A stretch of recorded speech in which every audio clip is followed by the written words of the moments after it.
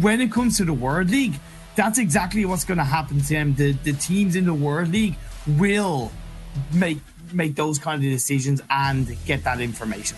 Of course, the further and further you go in this spring split, the harder it will be getting. But here it is. The green pastures of Erangel going to be dropped upon by some of these squad. Well, maybe all of the squads, of course.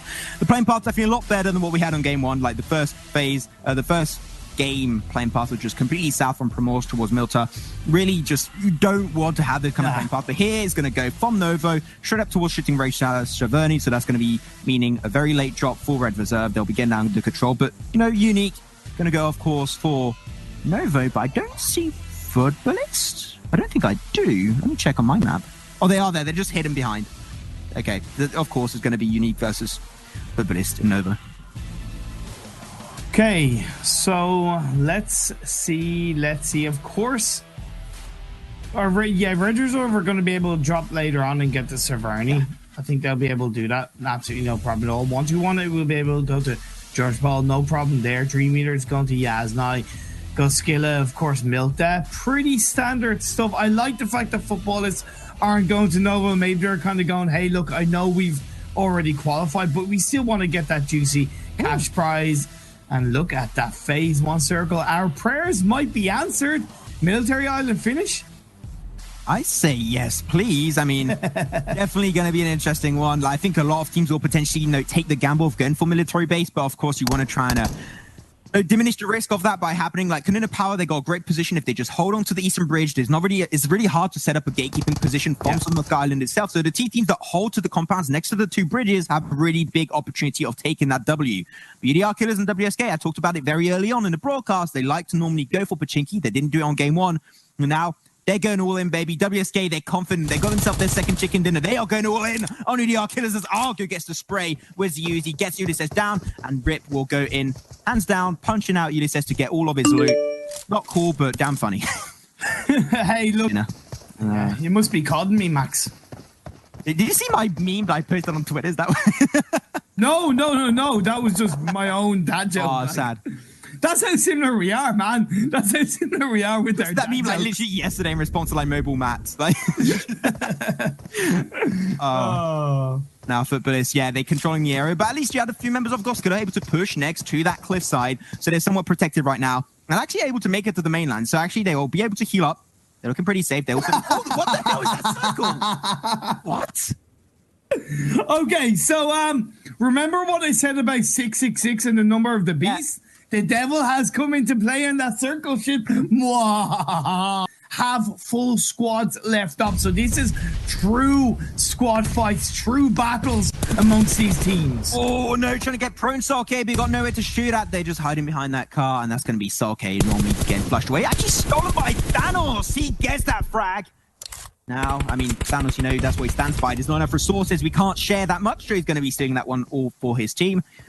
DREAMEATERS, they're going to be still with three members. Like, they were in such a harsh position, and we mentioned that already earlier in the mid-game. They're holding on to it like absolute champs.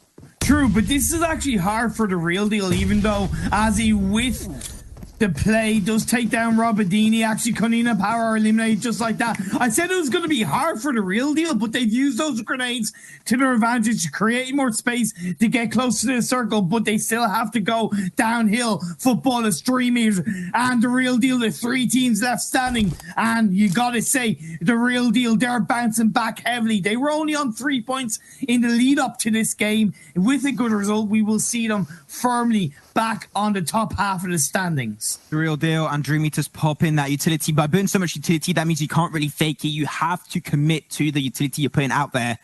And now Hackshot going to be joining up onto the high ground. I mean, high ground always going to be such a valid option, but Footballist is going to be definitely in their way. And this is like an exact replica of what we had on that Miramar game. Three teams waiting as long as possible for the fight to happen. When the fight unfolds and one team gets flushed away, that's when the team that did not fight is going to get involved and third party the entire scenario. So now we literally just got to wait and see which team will be fighting out first. And the team that really doesn't fight should be technically the one taking a win, just like WSK on game 2. True, but now as the real deal, they three players up, Buju, Hackshot, and Daddy. Can Daddy pull into play? It's actually 4-man team of the real deal. My apologies. Here comes Daddy, ready to shine, ready to lace up his boots and get the job done for his team. But they still got Dream Eaters and footballers around them. Dream Eaters, they're looking pretty good because they're down on the south side in that kind of low ground. Dips in front of them. They are not being spotted at all. So I think the fight is going to really kick off between footballers. The real deal, Dream Eaters will see the kill feed blow up and they will be able to strike while the iron is hot, as Daddy does indeed strike and knocks down Rome. Oh, Daddy is so powerful. Let's go. The real deal now. They're going to have a little bit of a hard time, especially Hatshot. He's going to be shut down. The footballists, they're going to lose once more. And they're down to now only one member, which I believe is going to be Lutz on the backside. But the real deal, the last two, and now it's going to be time to shine for Dream Eaters. Exactly the same move for WSK. They lost Thanos. Mecha and Advocate still going to be in play. You want to take this one as slow as you possibly can. And Lutz will be indeed the last member of Footbase. He gets the shot down on Daddy, but actually just going for the spray. Sure, but scoped in there. Would have been such an easy shutdown, but not able to connect it just yet. Yeah, Daddy is actually being integral right now for the Dream Eaters. Saying in this game, he's been able to get knockdown after knockdown on both of the two remaining teams around him. And now as he prones his way down, we're down to still the 3 teams. But 6 players are left alive as he's being revived by Buju. Daddy's flanking around to the side. I like that. He's going to have firm eyes if he sees the pixelated body and looks down the hill. All the while, Dream Eater also doing a great job of getting a knockdown onto Azzy once again. That will alert Daddy. That will alert Buju to where Dream Eaters are, which means they can actually focus on the members of Footballists. Oh, there you go. Lot's going to be waking out. And actually, you can't really see that too much, but phase number 8 actually went somewhat in favor of Dream Eaters downhill. So now that means that all the teams, the real deal, and also the last member of Footballist, Lutz, are going to have to go downhill in the open arms of Dream Eaters. As he does die out, that's going to be Dream Eaters getting an extra kill. I would love to see how many he got so far. But even Footballist, they got 7 frags right now. And as with the last member standing up, this is going to be huge for them. But between Bujo and Lutz, who will be taking that fight? Okay, so it's 2v1v1. Lutz has done great to be the last player up for Footballists and still get a kill at the hands of Daddy. Meku has a Groza. We know how powerful the Groza is, the damage it can do in close range in these late game situations. It could be the firm play behind Dream Eaters closing out this chicken dinner and really proving us wrong in the overall standings. Circle's going to be closing up. This is going to be the last one, boys and girls. So something is going to happen here. The circle's slowly going to be closing up. Lutz is going to be peeking and moving forward as a snake, just like the last member of the real deal. But while Dream Eaters, they're really just waiting, as I said, like for these kills to just get into their open arms. It could still somewhat happen and go in favor of Lutz or Bujo if they just, see a member of Dream Eaters first. Because just one knockdown and then it's a 1v1v1. As Thanos does die, and there it is. It's a 1v1v1 right now.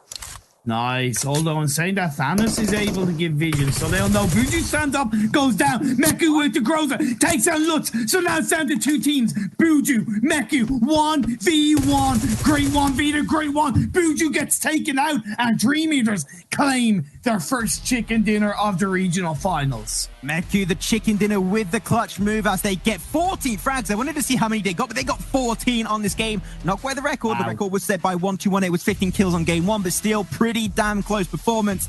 34 total points. They're really looking really, really good. I do have to say, they got himself 3rd position also on the last game of Miramar. That is really consistent from them, and we expected them to maybe have a little bit of a hard time, but man, they are showing up to the party in a really strong fashion. The biggest winner in that game is actually Cunningham Power, to be honest.